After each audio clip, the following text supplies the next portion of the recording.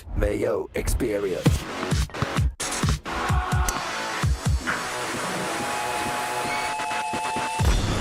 Welcome to the Pat Mayo Experience, presented by Underdog, the NFL Wild Card Round DraftKings picks and preview. John Breslin from 4for4.com on the line right now. John, let's jump into it. What is the slate you are most interested in this week? Because we're going to talk about a few of them, build some lineups for a few of them, because you have the 6-gamer, the 5-gamer. There's showdowns for every single one. There's a 2-game, a 3-game. What's the one that stands out to you? So I actually like the 6-gamer. I like the whole thing. Like like this Saturday to Monday slate, I think is really interesting. It's almost like as big as a main slate. Like we've had some 9-game main slates over the past few years. Like 6 games is not that much smaller. And you've got some like really good games. Like you have mostly close spreads, mostly high totals. And then you have the possibility of like late swapping throughout the days, right? Like, you can take a look at your lineups at the end of Saturday, see where you are, like who went off that you have or didn't have, and adjust accordingly. So I think that like 6-game main slate is really interesting. And then after that, I think I like the 3-gamer on Sunday. The 3-gamer on Sunday is what they're calling the main slate this week, though, right? With the highest prize pools? I believe so. Yeah, I think in order of like prize pools, it seems to be the 3-gamer on Sunday, then the 2-gamer on Saturday, and then the 6-gamer has the smallest totals, which I think is a little bit of a shame. I think I like the idea of like, hey, we're like sitting down for a weekend of wild card football, and it's going to be a great weekend. I wish that the 6-gamer was maybe the main slate. As I said, that's my favorite. But they all have pretty decent prize pools. It's not like a dramatic difference. But yeah, the 3-gamer on Sunday does seem to be the main slate. So you can hit the time codes to figure out which slate that we're talking about. Those will come in after the fact because we're live right now on Mayo Media Network. So please subscribe, turn on the notifications for when you know that we're going live. But I know that some people want to get in on the 2, get in on the 3, and we'll talk about late swap strategy here before we start building some lineups. But the reason that they've made that the single day slates are larger is so they can rake everyone on Saturday, then rake everyone on Sunday and not have to wait until Monday to get the money. Yeah, absolutely. that's why we have showdown contests to begin with. And so, they can reset, and why we have like sometimes like turbo slates and basketball and stuff like that to get things over with and get your money back to you as quickly as possible. Late swap strategy. So you said that you can watch who goes off in the early games and then adjust your strategy. You have to realize that 99% of people are not going to do this. Why is it valuable, and what are some tips that you can give people of how to actually do this? Yeah. So it kind of depends on your goals. And I do think that it can be overstated sometimes, like that the strategic edge behind late swap can be overstated a little bit. The general perception, I guess, is that, you sit down, you make a lineup, you maybe have one player from that game, from the first game, right? Does that player go off? If he does, then maybe you want to make your lineup a little bit chalkier. If he doesn't go off and another player goes off that you don't have, then you want to make your lineup like less chalky. That's the general strategy. Now, some of the thought is if you don't have a player that goes off, and you make your lineup a lot less chalky, then you can catch up. You have an easier time catching up. I think that's a little bit overstated because like sometimes you're just dead in the water. Like changing it to be like a really unchalky lineup is just going to make you, sink you farther down, which isn't really going to hurt you. It's not really going to save you either, but sometimes it does. And so you want to think about that, but you also want to think about the idea that sometimes you have the player that goes off, you change your lineup to be chalkier, and it's just a total chaotic weekend, the whole weekend or through the whole, slate of games. And so, you've actually end up late swapping off the optimal lineup or a tournament winning lineup. So you have to be kind of mentally prepared for that possibility as well. Letting everyone know I have a $5,000 underdog prize pool contest going on for the NFL playoffs. You should probably jump in now. It costs you nothing extra in order to play. If you hit the description, there's a Google form in there. You just enter your underdog handle and boom, you are in. If you are not on Underdog yet, you could get on this 5K prize. You could do the ultimate parlay of $5 into $1,500 by using code Mayo to sign up. When you do that, your first $5 pick'em entry will earn you $75. And then with that $75, you can play these entries the entire playoffs for the $75 and compete in the prize pool. It's 10 picks per week of 40 total. So if you miss the first week, you can just make 10, 20, 10 in the Super Bowl if you want to get in the overall prize. But you need 40 unique player picks, higher or lower the entire time. The best winning percentage is going to win the pool. And there's payouts. All the rules are in that Google form. Additionally, as well, Tambo will be back next week on this show. And we are kicking off our DraftKings and Underdog picks that will come out on Tuesdays during golf season. If you're interested in that, fantasygolfchampionships.com for the one and done. It's filling right now. And I am giving away a free entry later on Friday because we are going to hit 2,700 entries and making it 50% full. I said I would give one away when we do that. So go get your entry now so you can get live for that. John, did you pick up your entry yet? No, right? Not yet. Still have to pick up the golf after doing some football wild card studying. There we go. So let's jump into the 6-game slate. This is the main one that we're going to be talking about. So if we jump over to the lineups, the optimizer at 4for4.com for single entry did put this out. I don't have this entered in a single entry contest. I thought this was an interesting way to look at it. It goes Hurts at QB, Cook and McCaffrey at running back, along with Barkley in the flex, Keenan Allen, Jacoby Myers, Brian Thomas, Dallas Goedert with Chargers defense. It's kind of a scatter shot of like 3 of the games, leaving out most of them. Do you think it is wise to leave out some of these games, or because something like Houston and Pittsburgh are going to have such low owned pieces that they might be like having a Kelvin Austin in at receiver might differentiate you enough? I think it's okay to leave some things out. Like I don't know that I'm going to be getting a ton of the Houston Pittsburgh game, which should make things interesting because then if you are doing well, you're just rooting for nothing. Yeah, like punts and field goals for the entire Monday night game, which is a kind of a throwback to like when the main slates on Sundays used to include the Monday night game. I do think that, you obviously want to be approaching the 6-game slate much differently than the 2-game slate or the 3-game slate. And that means that it's okay to leave out chunks of games. Like, I don't think you need to, in one lineup, I definitely don't think you need to make sure you have something from each game or something like that. You definitely don't need to have something from each team. Like Carolina has got a pretty low implied team total. So I think on the 6-game slate, you don't really need to have a Carolina player or Houston or Pittsburgh player. Now that's going to get you a little bit different in most cases. But no, I don't think you need to go out of your way to have something from each game. So looking at it right now on the Saturday to Monday slate, the projected values at running back, I wrote this up on 4for4.com. It's a free article. You can check it out. And obviously it's a bit earlier in the week. The closer we get to kickoff, the more accurate everything's going to be. Projections, ownership, everything like that. But Rico Dowdle is the second highest rated running back on this slate, which I thought was really interesting at $5,500. Yeah, I think that is interesting because I don't know that it's a total Rico show anymore. Because Chuba's getting involved as well. So, and he's pretty cheap at 4,500. But again, Rico's not that much more expensive at 5,500. But yeah, I do think that's interesting. I don't know if all of that ownership is deserved. That's fair. I don't know how much ownership he's going to end up getting. I just thought it was interesting to see the projections out there. Additionally, if you want to use the optimizer and you want to use the projections, get the ownership projections as well, along with all of the betting stuff at 4for4.com. If you go to 4for4.com/Mayo right now and use code Mayo NFL Playoffs, you get the Sharp Stack system, which includes all the DFS tools and the betting, everything for $10 for the next month. Code Mayo NFL Playoffs will get you that $10 monthly. So if you ever want to use an optimizer, you just want to use projections, you want to play some prop bets, whatever it might be, 4for4.com/Mayo right now. Let me run this again because I think I put it on the wrong slate when I built it. So that would be dumb on my part. So let's see what else we got cooking here. If we just build a new single entry, I know I need to modify the players now. Of course I do. Of course I do. John, it makes me do all these things to make sure that I don't get exactly the same as everyone else. Let's build and see if it comes out a little bit differently. It doesn't really. So it does include one Texan on the team when I do it this time. It goes Hurts, McCaffrey, Barkley, Christian Watson, Puka, Keenan Allen, Goddard with Hurts and Barkley, along with Dalton Schultz in the flex. Do you think double tight end on this slate is the way to save money if you want to load up on the studs? I think it's definitely plausible. Especially on DraftKings. I know we obviously are DraftKings focused. With the DraftKings pricing on the tight ends going down pretty low. Sometimes if you can get a decent starting tight end for sub 4K, I think that's something you need to take a look at, and that's probably going to be better than your sub 4K running back, for example.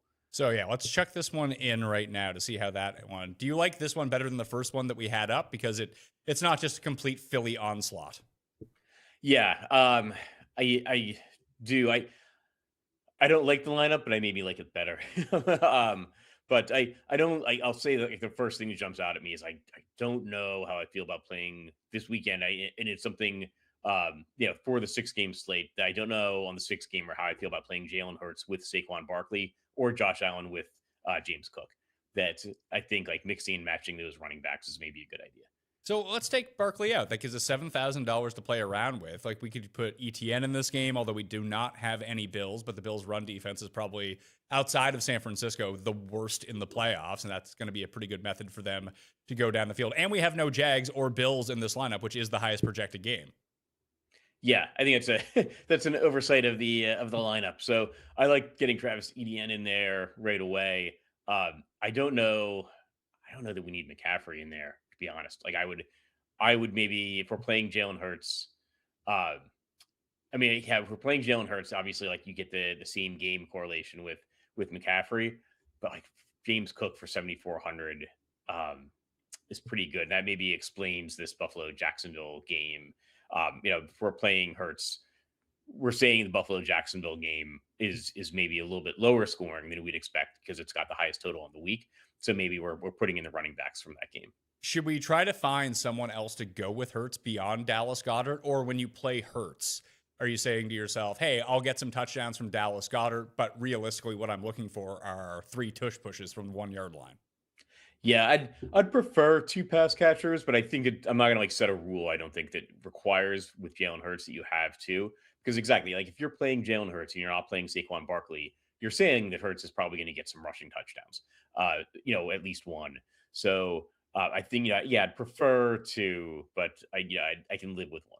So we can take out Puka and put in Devonta Smith into that spot. And that now leaves us 8,300 for the flex if we want to. Now, it doesn't get you quite back up to McCaffrey, but it can get you to Nico Collins, can get you to Saquon, get you to A.J. Brown if you really wanted to.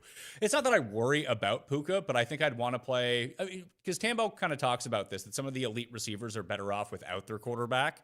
That when you play Justin Jefferson, you didn't always need Kirk Cousins or Sam Darnold. When you need JSN, you don't necessarily need Sam Darnold because so much of the focus is on him. With Devonta Adams returning for this game, do you think that you need Stafford to go along with Puka? Can you play Puka by himself?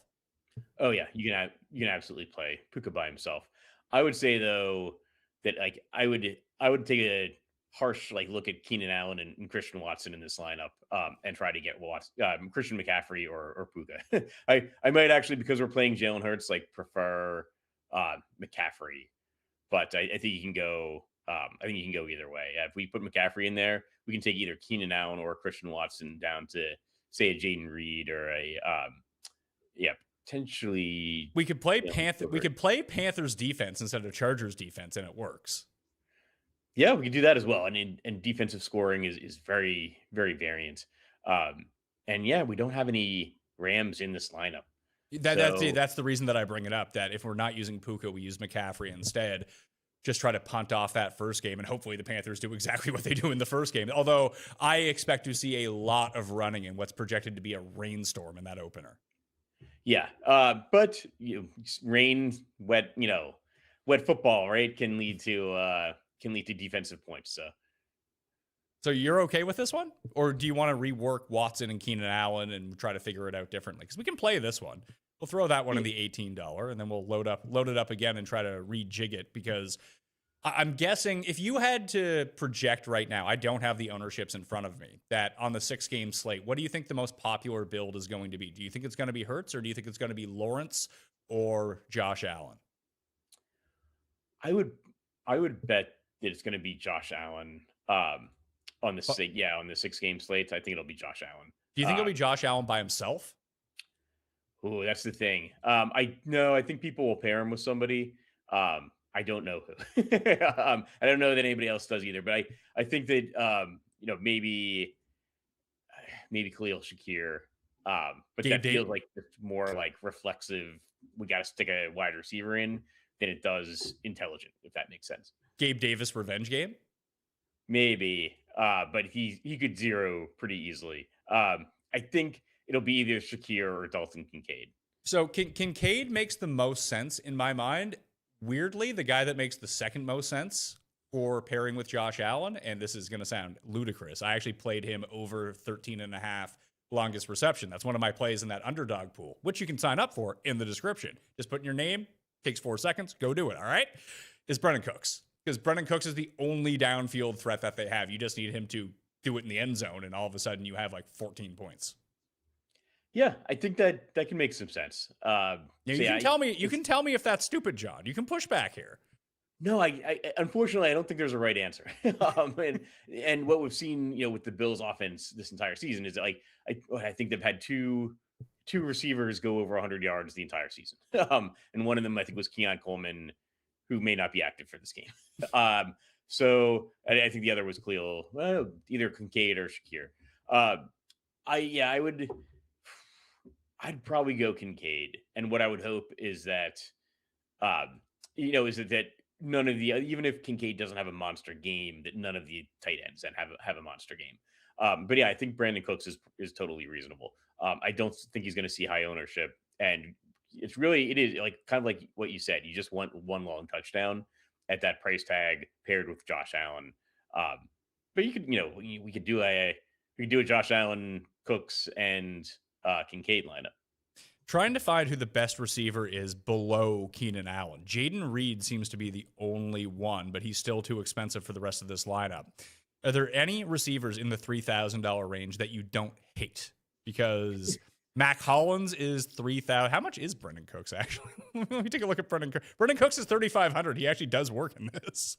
Yeah, exactly. But I think that's the reason why you would play Brandon Cooks. It's not just that you think he's guaranteed to have a monster game. He's cheap. He's $3,500.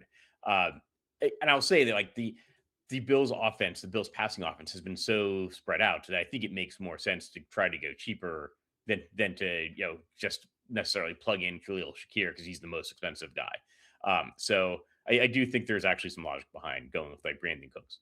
The only other one I could see, just because of the state of the 49ers offense right now, you have a banged up George Kittle. It looks like he's going to play. Ricky Purcell, we have no idea whether or not he's going to play. It seems like he's not going to play. And then you have Juwan Jennings, who got banged up towards the end of their Week 18 game. McCaffrey's been kind of hobbled around as well. Does this open a path for Kendrick Bourne just to see a bunch of snaps here? Because we're already overstacking this game. He's 3,500. He allows us to just get another piece here. We can. I feel like we ran into this in Week 18 where Pearsall got kind of the late scratch, or it was I think after the 1:00 games had started. But I remember late swapping a lot of Ricky Pearsall to Kendrick Bourne, and then Bourne did basically nothing, and Demarcus Robinson at least caught three passes. And to kind of spell that out a little bit more in that game now. Obviously, they didn't do anything because they played against Seattle. Seattle shut them down. Maybe Philly does the exact same thing and shuts them down. But Juwan Jennings and Demarcus Robinson both played 88% of the snaps. Bourne only played 52%. So maybe Robinson's. Yeah, I'd maybe go Demarcus Robinson. So let's see what that does for us. Demarcus Robinson, we throw him in. We still have McCaffrey in, but now we have Puka, and we don't have McCaffrey. And I subbed out McCaffrey, put in Puka into this lineup, but now we do have Chargers defense and Demarcus Robinson. We still have $500 if we really want to play around with it. What does that do for us? We can go Jags, Steelers. Would you play Steelers D this week? I'll play any defense almost every week. Like we have I would play Steelers defense. I don't think there's that you necessarily need. They're playing at home. I don't think you necessarily need to avoid the Houston offense. So that would give us Hurts, Cook, Etienne, Devonta Smith, Goddard with Hurts, Demarcus Robinson coming back, Christian Watson as a one-off, Puka as a one-off, and then you have Steelers defense in the bottom here. I don't hate this, actually. Yeah, I don't hate it. We're playing a lot of Christian Watson so far, but I'm okay with it. I like Christian. I mean, maybe it's the optimizer seems to like him. I really like him this week. If he's back at full health, like he's smashed every time and let's not pretend like the Bears defense is something amazing. Yeah, no, absolutely. I think the Bears are one of the more attackable defenses, at least on paper. So, and yeah, good with Watson. Yeah, and we'll probably try to build out some of those games once we get to the 2 game slate. But let's try this Brendan Cooks, Josh Allen. because this is going to be the game stack that we probably want to go to the most. I don't want James Cook there. I want Brendan Cooks. Okay, so we have those two in. How do we start playing this from the Jacksonville side? Is it receivers? Is it running back? Where would you like to go? I would actually go right to running back, and I'd put in Travis Etienne. I think he's in a good spot. The Bills' rushing defense has not been something we want to avoid, so I'd go with Etienne. What is your concern level for Tootin being back and potentially siphoning away touchdowns? It's obviously it exists, but I think you've almost got that issue with a lot of the running backs on the slate. So and Etienne has done so well down the stretch. Weeks 14, 15, 16 that with touchdowns. So I'm okay with it. Obviously, yeah, it's going to be frustrating if Tootin vultures a touchdown from you if you play Etienne, but that's a possibility we're facing with almost every running back on the slate. Well, let's say bad matchup for McCaffrey, right? And then we're playing the passing end of this game, so no James Cook. That would leave, if we just work under that logic, that would make Barkley our most expensive running back to go to, and he probably has the better matchup, and we're not using Hurts. Is this the time to use Barkley? Yeah, absolutely. And then for that exact thought process that, I don't want James Cook in this lineup if I'm playing Josh Allen. Same reason I didn't necessarily want Barkley if I was playing Jalen Hurts. But if I'm playing Josh Allen, then Saquon Barkley makes a lot of sense. Now I'm saying that Saquon gets those red zone touchdowns instead of the tush push for Jalen Hurts, and that's why Josh Allen is more valuable than Jalen Hurts. Do you think that we do? I have tight ends highlighted right now. Obviously, Kittle's the most expensive by far. I'm not exactly sure what to do with him because I know that he is banged up with this ankle injury, that if he's running at 80%, I don't know if that's a great matchup against the linebackers of the Eagles. That's kind of where they excel. So then that would leave Hunter Henry at 45 as the second most expensive tight end. We're playing Josh Allen already. Do we go to Kincaid? Do we go to Knox? Do we use Brenton Strange as a comeback? What do you think the move is here? I think we go to Kincaid. We're already playing Josh Allen. I don't know that there's a lot of separation at tight end. So do we then put in another Jags receiver to get this game going, or do you think that the running back with just ETN is the way to go? Let's go with another receiver. And I would say put Parker Washington in there. He's been another Jags player. Has been just excellent down the stretch. Well, Myers is only $500 more, is what I would say. Yeah, but Washington's been outperforming Myers. Yeah, it's true. That feels so dirty to put Parker Washington in here. If we throw in a defense, let's say, if everyone didn't have a price point, who would be your favorite defense, the Rams or the Texans? Or is this a spot to use the Eagles against maybe an 80% Trent Williams or no Trent Williams, a banged up offense, and we're already using Barkley? You know what? Yeah, I might actually try putting the Eagles in there because I do think a lot of people are going to be going to Texans and Rams. Those are two road teams. Maybe we're playing Saquon Barkley. We don't have any Eagles pass catchers in here. We don't have any 49ers. I do think it makes some sense maybe to use the Eagles here. So if we just went by the projections, this would be McCaffrey, Christian Watson to end this lineup. And we might even have money left over if we end up doing that. So what do you think that the move is here with one flex and one wide receiver remaining? Do you just want to do highest end one-offs we can find? Is there some sort of strategy? Is Kenneth Gainwell a good look here? Because I don't think many people are going to use him. It's a Monday night game, but he's been kind of smashing. I'd put in Puka and see him. That would be my first priority. Because given that we have the Eagles defense in here, I think we're going to find some Jacoby Myers in our life. Yeah, that's a lot. That's a lot of Jags. 3 Jags players without a quarterback is a lot. Did we just then swap that to Lawrence instead of Allen? Well, because I think Josh Allen's a guy that can break a slate. What if we're playing Josh Allen but not James Cook? We've got 2 receivers from Buffalo here as well. And you're playing Josh Allen hoping that he gets a rushing touchdown or 2. So if he's getting 1 or 2 rushing touchdowns, a passing touchdown to Cooks, a passing touchdown to Kincaid, then the Jaguars are passing the ball to catch up. EDN's getting receptions. Parker Washington, Jacoby Myers. And this is the kind of thing that I will do for a game that has by far the highest total on the slate, right? It's got a 51.5 point total. That's, I think, what's 6 more than any other game. Yes. Yeah. So it's an overstack, but I like it. Yeah, 51. The two next highest are Rams, Panthers, and Chargers, Patriots. Rams, Panthers is really interesting with a total that is the second highest of the week, because I just don't envision people stacking up that game. Even in the 2-game slate, obviously they will. In the 6-game slate, I could see it being 5th out of 6 in priority. Yeah, and I think the reason for that is it's the only one with a double-digit spread. I think it's actually the only one with a spread over 5 points. Over 6 points, I guess. 5 points. No, it's 5 points. Yeah, because the Eagles are still at -5. Okay, yeah. So, that's going to keep people from stacking that game because on the 6-game slate, because you're not necessarily looking at it as being a close game. Like, what if the Rams just trounce them? So, I think that people are gonna go to this like Buffalo Jacksonville game to stack.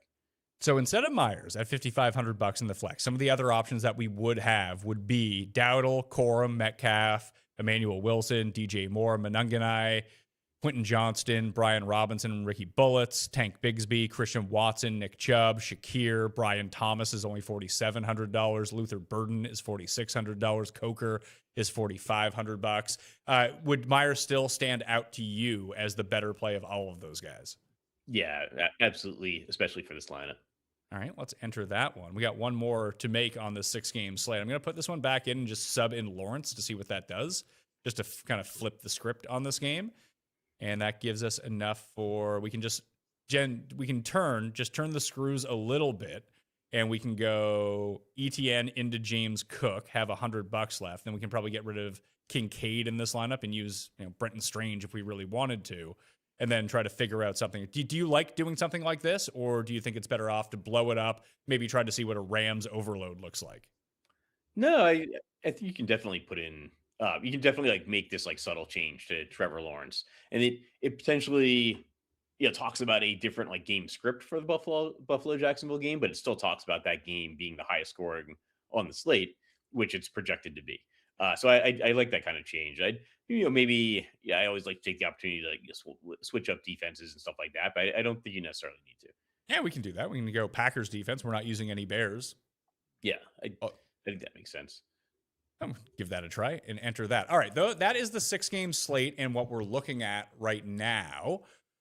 We'll get into the 2-game slate, the 3-game slate, and some more strategy options coming up right after this. All right, people, it's that time of year again. The Mayo Cup is officially open. That's right, your yearly reminder that you could win life-changing money if you stop making coward picks and actually commit to greatness. Let's talk stakes, because the Mayo Cup, not messing around. $110,000 to first place. 110,000 actual real dollars. And with your $250 entry, you're playing for a prize pool of $1.2 million. That's 7 figures of pure, delicious fantasy golf sweat. And this season, the Mayo Cup is fully available in the Fanball app. Week-to-week picks, leaderboard sweats, berating yourself for fading the guy who wins by 6. You can do it all right from your phone. So head to the Fanball app, search for the Mayo Cup, and get yourself entered. $1.2 million in prizes. $110,000 to the winner. Just $250 to play. This is the year, unless you blow it again. But hey, you might not. Sign up now. The contest tees off January 15th.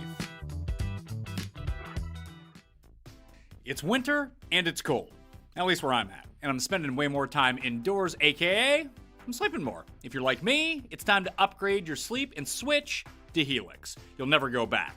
I took the Helix sleep quiz. It matched me to the right mattress for how I actually sleep, not how some showroom goober thinks I sleep. And since it's been all restful nights, no tossing, no back pain, and my sleep tracking actually backs that up. My deep sleep numbers off the charts, good, way better than before.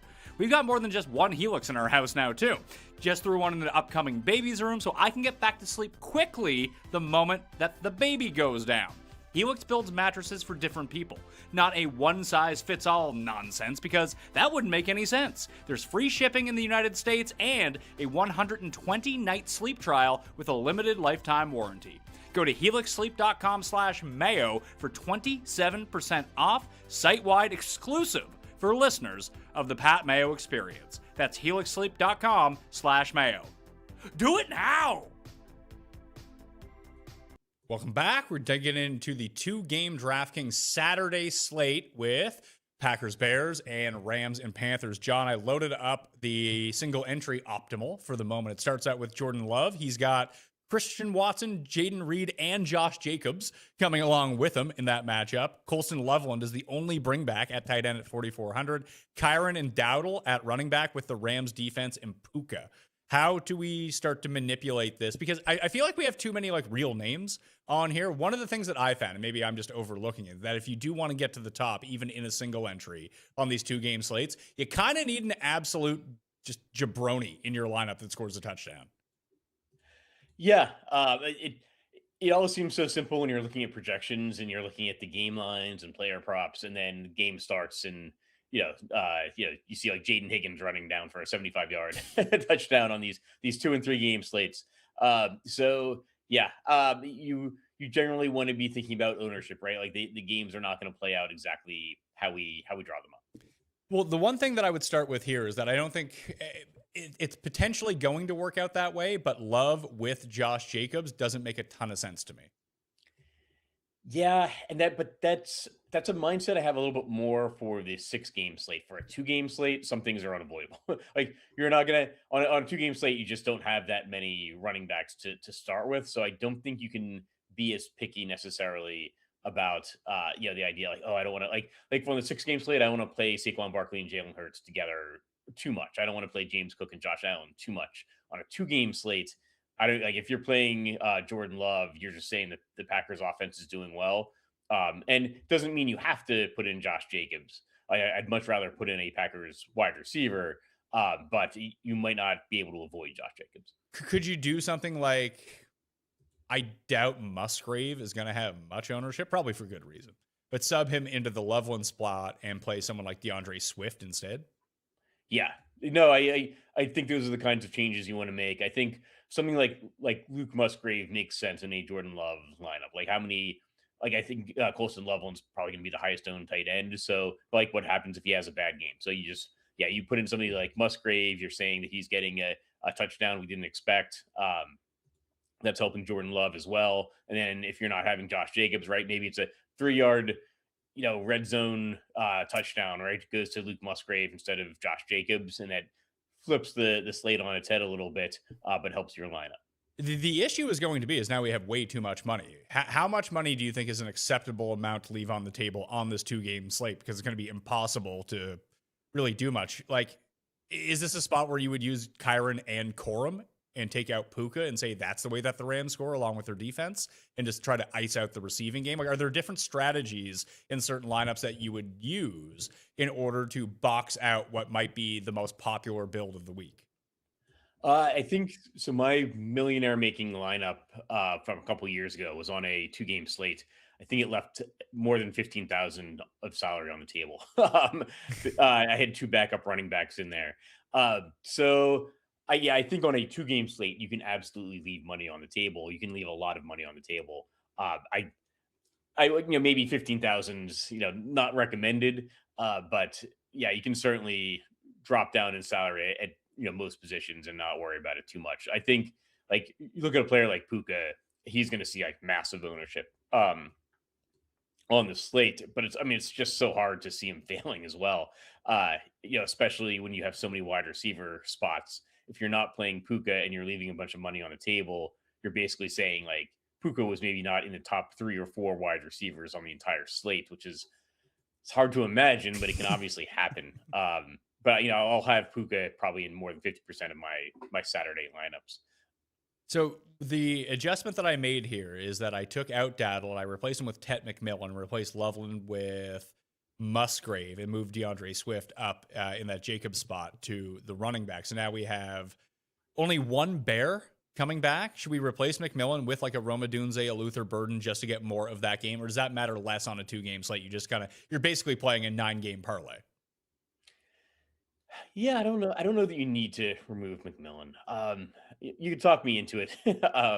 But yeah, we could get really different with this lineup. We could maybe put in like Blake Corum instead of Kyron Williams. What does Just that do for? that's probably enough of a separator to make it different, along with leaving all the money on the table to just say, hey, Corum outscores Kyron, and now I have potentially the nuts on the go. Yeah, exactly. Yeah, and I do think we want to be thinking about late swap as well.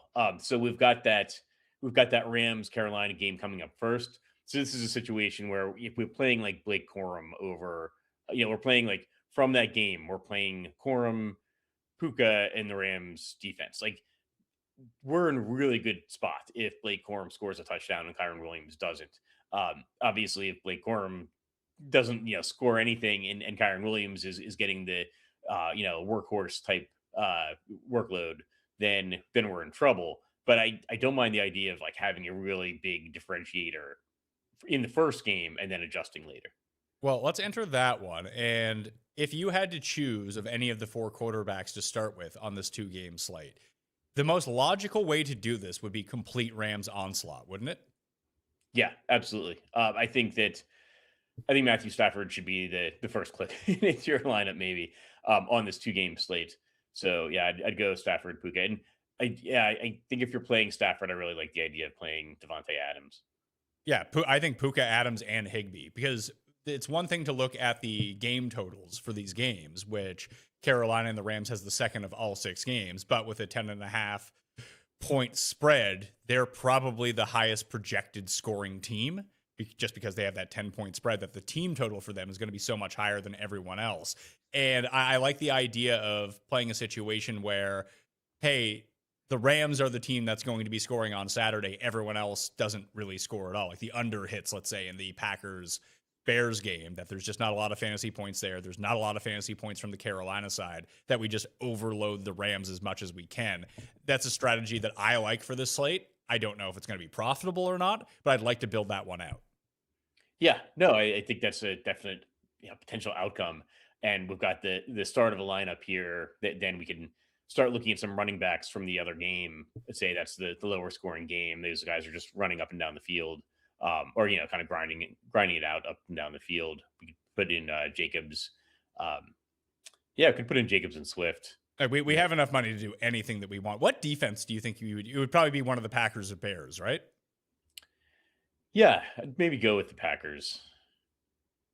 I like, I'm going to go with the Bears in this one because I think that they'll be outside of Carolina the least popular. I think people will go to the Packers, but it's not like Caleb or Love really turned the ball over that much is the interesting part. But I do feel like Love will try to force the ball downfield, especially early, which would be great for Jordan Love. But if it gets picked off once or twice, and the Bears have had all the turnover luck all season long, why stop now? Yeah, I would actually, looking at this lineup, I would say we need one of two things. We should be considering the Rams defense, or we need to be thinking of Panthers players with the remaining slots in our lineup. I'm good with Panthers players here. What Panthers players do you think that we go with? Is it Tet? I mean, Coker has outscored Tet since he's returned in most games. Like Coker's been like shockingly good. I don't think that people have realized it. And the Rams were able to neutralize Tet a lot in that first game, and it just ended up being a lot of Coker that time through. Whereas, he had 4 catches and he had a touchdown. He had 33 yards. And if you can get this sort of game, like the 6 for 47 and a touchdown game from Coker, that's really what we're looking for, isn't it? Yeah, and he'll probably have about half the ownership. So I'm good with putting in Jalen Coker. So we'll put in Coker, and then that leaves us with anyone we kind of want to choose from here outside. The only 3 players we cannot afford on this slate at this point are Kyron, Tet, and Rome Odunze. Yeah, no, I'd put in Rico Dowdle. And we're pretty different enough here, and we've got a story that makes some sense. This lineup, it tells a story about how the Saturday slate is going to shape up. Mostly scoring in that, most of the scoring coming in the Rams Panthers game, and Green Bay and Chicago are just grinding it out with the rushing games. Do we try to find a way to get Tet in here as well with Coker and just say, hey, the Rams get up by 40 and then it's all catch up time? They're not even running anymore? Or does Dowdle make sense in case they get near the goal line? No, I think Dowdle makes sense. And it's maybe telling a story that the Rams have scored here and now the Panthers have to be passing the ball a little bit. Dowdle's getting some receptions. Jalen Coker is getting some receptions. I like this lineup. All right, so let's enter that one. I'm going to try to choose between these ones when it comes to the single entry lineups. Let's move to the 3-game Sunday slate. right now. Where's a place that you think that you would like to start with on Sunday with 3 games on the go, 6 teams to choose from? And there is the Millionaire Maker slate on this one where it's a $25 entry this time around. We've already kind of built out Bills and Jags. Obviously, that's going to be the focal point of the Sunday slate, but there's other games here. We built out a Hurts lineup. Do we want to try a Patriots Chargers? Because that is my least favorite game of Sunday. Yeah, I would be building it out just to be different. I'll say that if we really like the Bills Jags game on the 6-game slate, we should love it on a 3-game slate. All right, let's try that same shell that we used earlier. Let's try Allen with Cooks and Kincaid to try to build that out, and then we go to Myers and Parker Washington, or just even let's try Parker Washington and ETN in this one, just to see what that leaves us with and how we can fill that in. So we still have $6,000 remaining, which means we could go McCaffrey, Barkley if we wanted to. We could go DeMarcus Robinson, AJ Brown, and then someone else. Let's see. Could we get Terrell Shavers into this lineup at 3,100 and then see if there's a way to max out the salary? like Shavers is required, right? At 3,100. I don't think so, actually. I think if you just go Chargers defense, we have $7,300 left. You could go McCaffrey, Barkley, and still have 6,400 for Diggs if you wanted to, or hell, anyone else. Like the 3 most expensive guys are going to be McCaffrey, Barkley, and Cooks. But if we're playing ETN, we can't afford them anyway. Yeah. And if we put Diggs in there, we're playing against the Chargers defense. I mean, we don't have in this. We don't even have to use the Chargers defense if we don't want to. Yeah, I'd get a different defense in there. But we're probably going to end up going against ourselves somewhere. Is the thing, right? Yeah, I think on a 2 or 3 game slate, I think it's totally fine. Yeah, I do. You almost have to consider playing at least one offensive player against your defense. So yeah, we could just go Diggs here and call it a lineup. Do you like Diggs only playing 50% of the snaps? Like we could go with McConkey. It's not like the Patriots defense is great. I don't know. I think that Diggs has not been playing a lot of snaps in the start of the whole season, but he's still been putting up some pretty good scores. So I don't mind Diggs. All right, let's throw Diggs in here. And that ends up being the lineup. It's Allen with Cooks and Kincaid. ETN, Parker Washington coming back. McCaffrey, Barkley going against each other, Chargers D, and that takes on Stefan Diggs, if that's the way that we want to roll it. What adjustments would you look at this and be like, all right, maybe we do need to make a change here or here? Let's see. I don't know that I love the Eagles at all. So I'd maybe take out Saquon Barkley. Obviously we didn't need to, Stephon Diggs, we just kind of threw in there to, because we had that amount of salary left over. But I think it's easy to see McCaffrey getting there, even at 8,500, just on receptions. Like that, the Eagles have a good defense. I don't necessarily think the 49ers are going to put up a massive point total here, but like McCaffrey can put up an outstanding had-to-have-it fantasy score, even if the 49ers are not scoring a lot of points, just because of his ability to get receptions. And you probably don't have Ricky Pearsall for this game. So yeah, I'd leave EDN and McCaffrey in there. I'd take out Barkley and Diggs.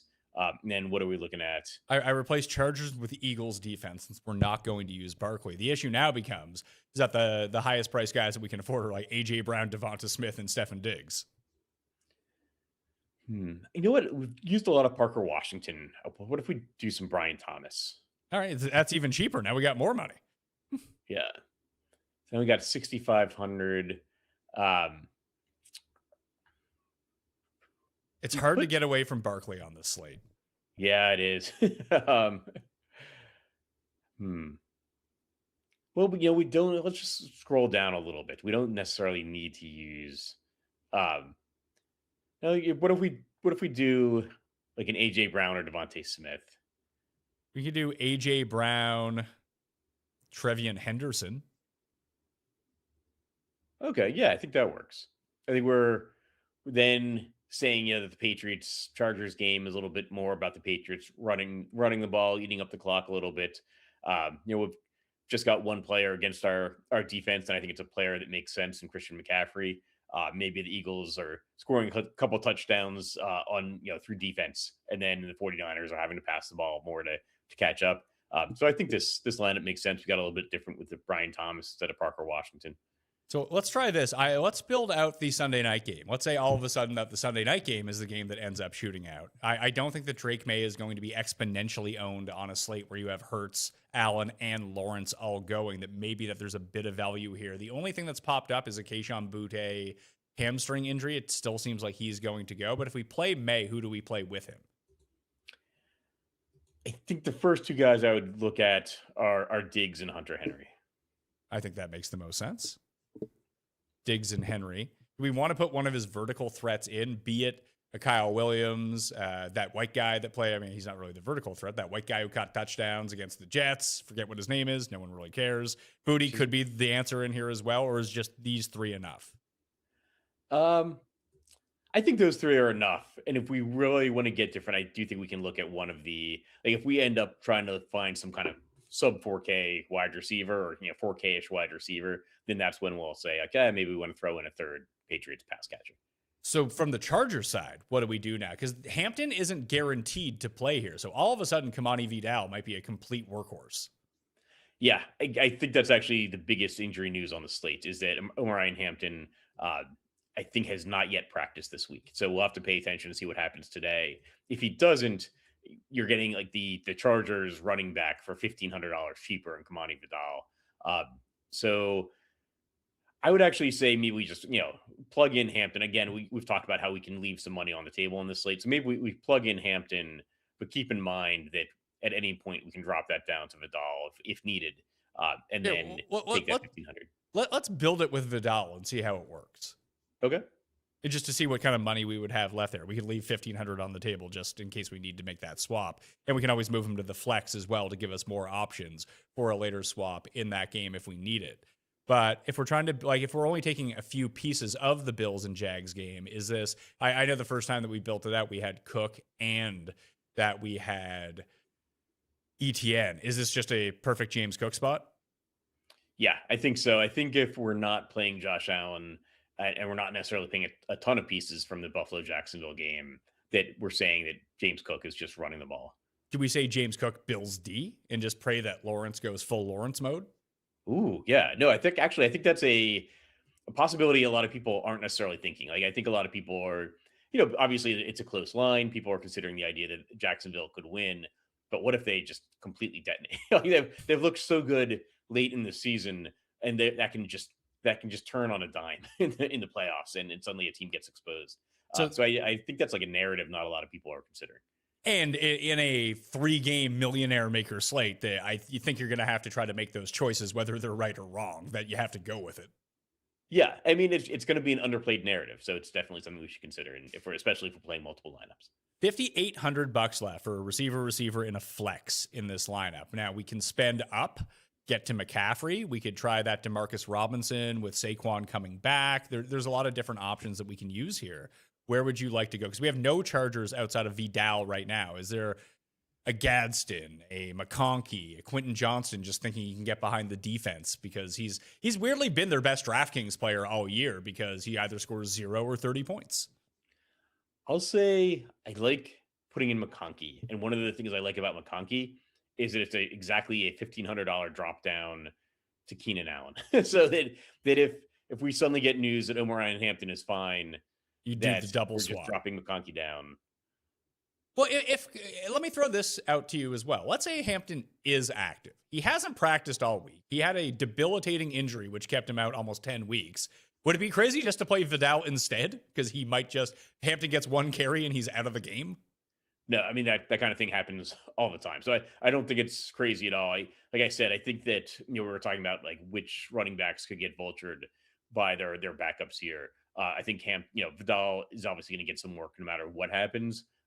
We're hoping Hampton is okay, but it's totally possible that Hampton is active, even starts, and Vidal is getting more of the work than you would expect if Hampton was fully healthy. So I think a lot of the running backs on the slate are in a position where they could get vultured for a touchdown, including Hampton.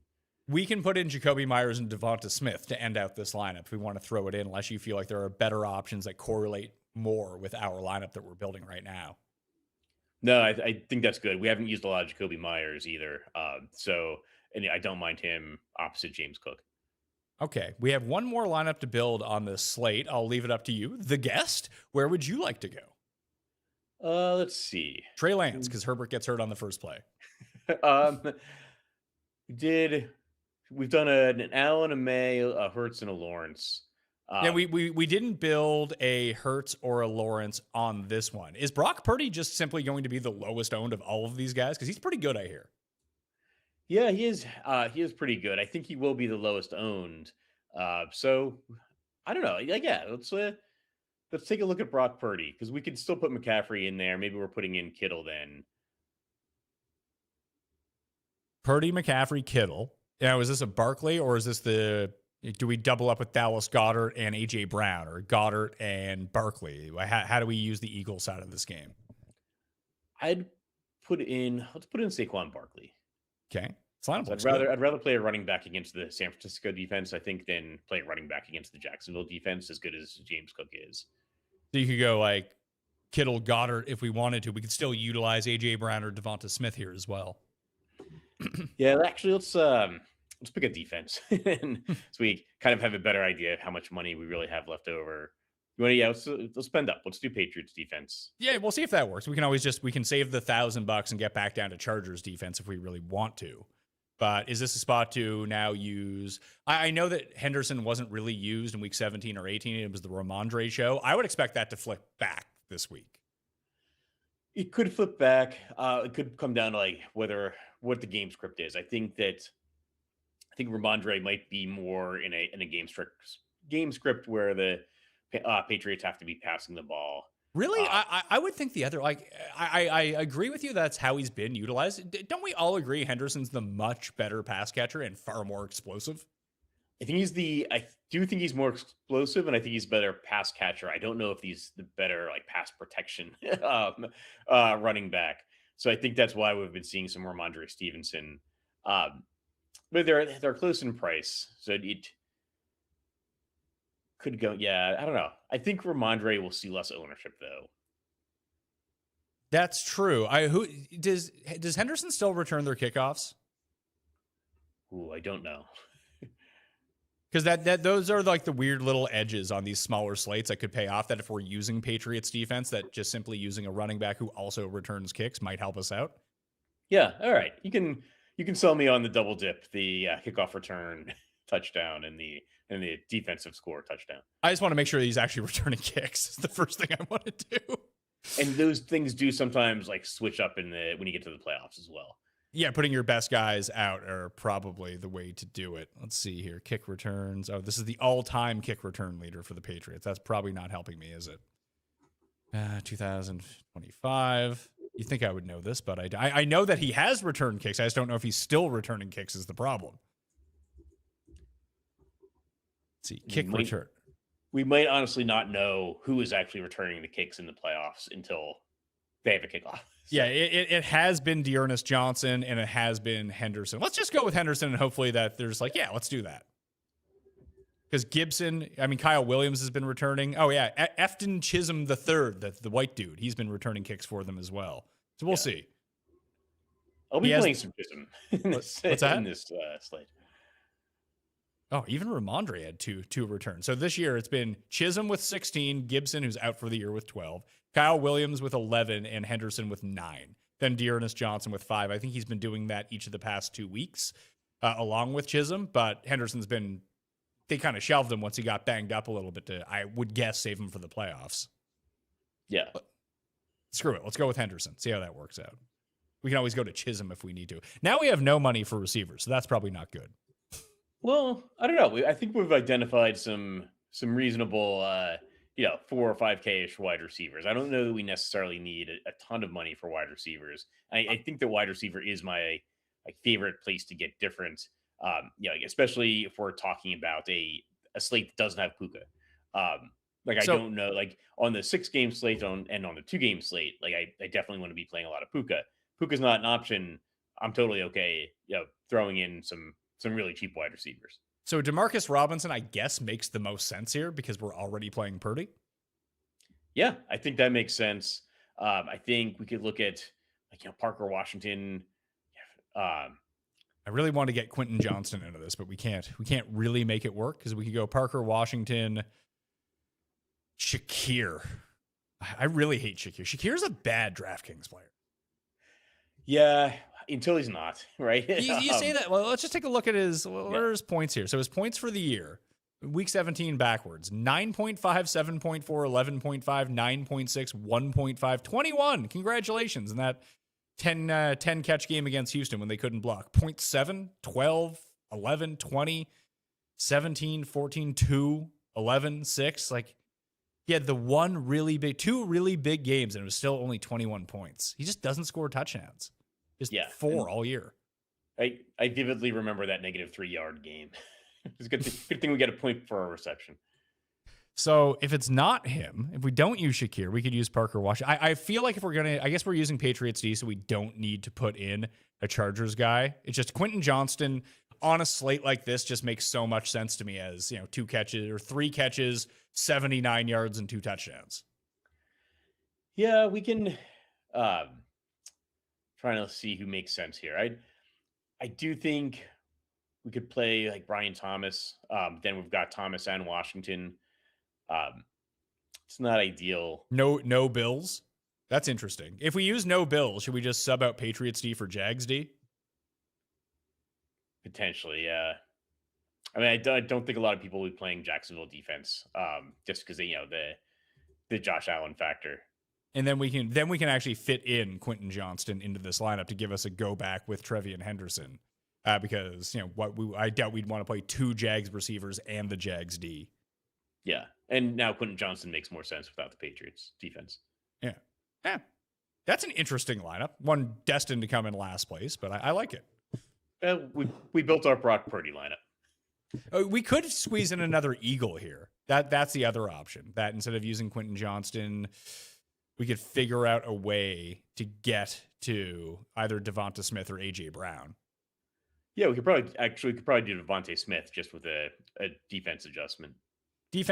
Although if we stick with Jags and just say we don't want a part of that game, we could go down to Kayshon Boutte. We could go to Keenan Allen. We could go to Jahan Dotson. Kyle Williams is an option for this game as well, and just really get crazy with our receivers. Yeah. I'd say maybe Keenan Allen would probably be my favorite there. I think it does give us a charger. Yeah. All right. So Purdy with McCaffrey, Barkley. And then we have Demarcus Robinson and George Kittle to go with Purdy and McCaffrey. Devonta Smith on the comeback. Then we have Trevian Henderson as the flex, Jags D with Keenan Allen as well. It's an interesting lineup. I'll give you that. Yeah. We covered our Brock Purdy base. Yes. Yeah. When those Brock Purdy lineups come through, we hopefully have the right guys to go along with him. But let's just do it this way to close things off here.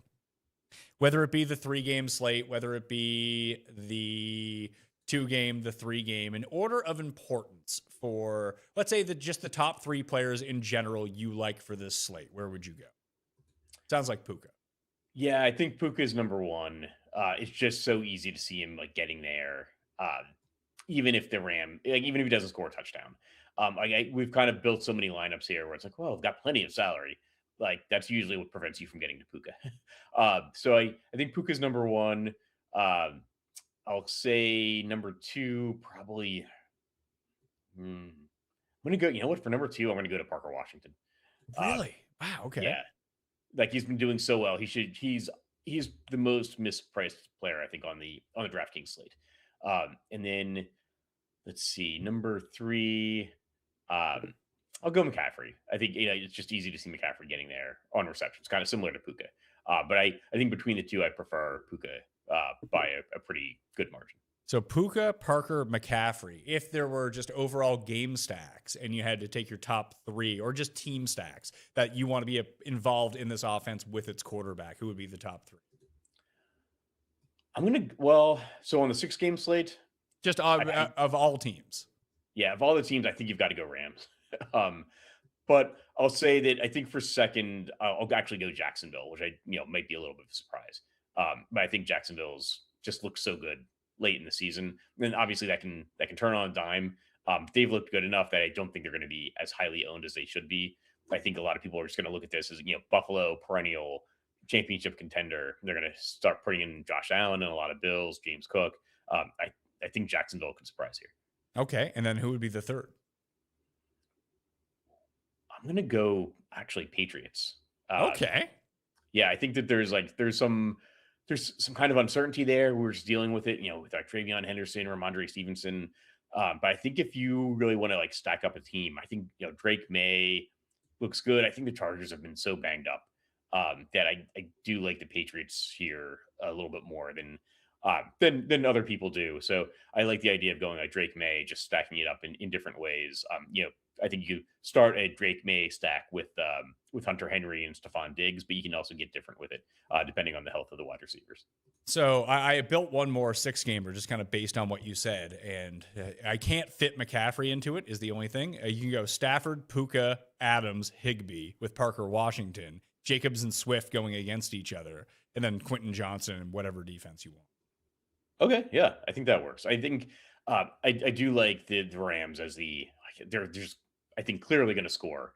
The Panthers should maybe all due respect to them, they should maybe not be here. So I do think that if you're picking a team to score, I think you should start with the Rams.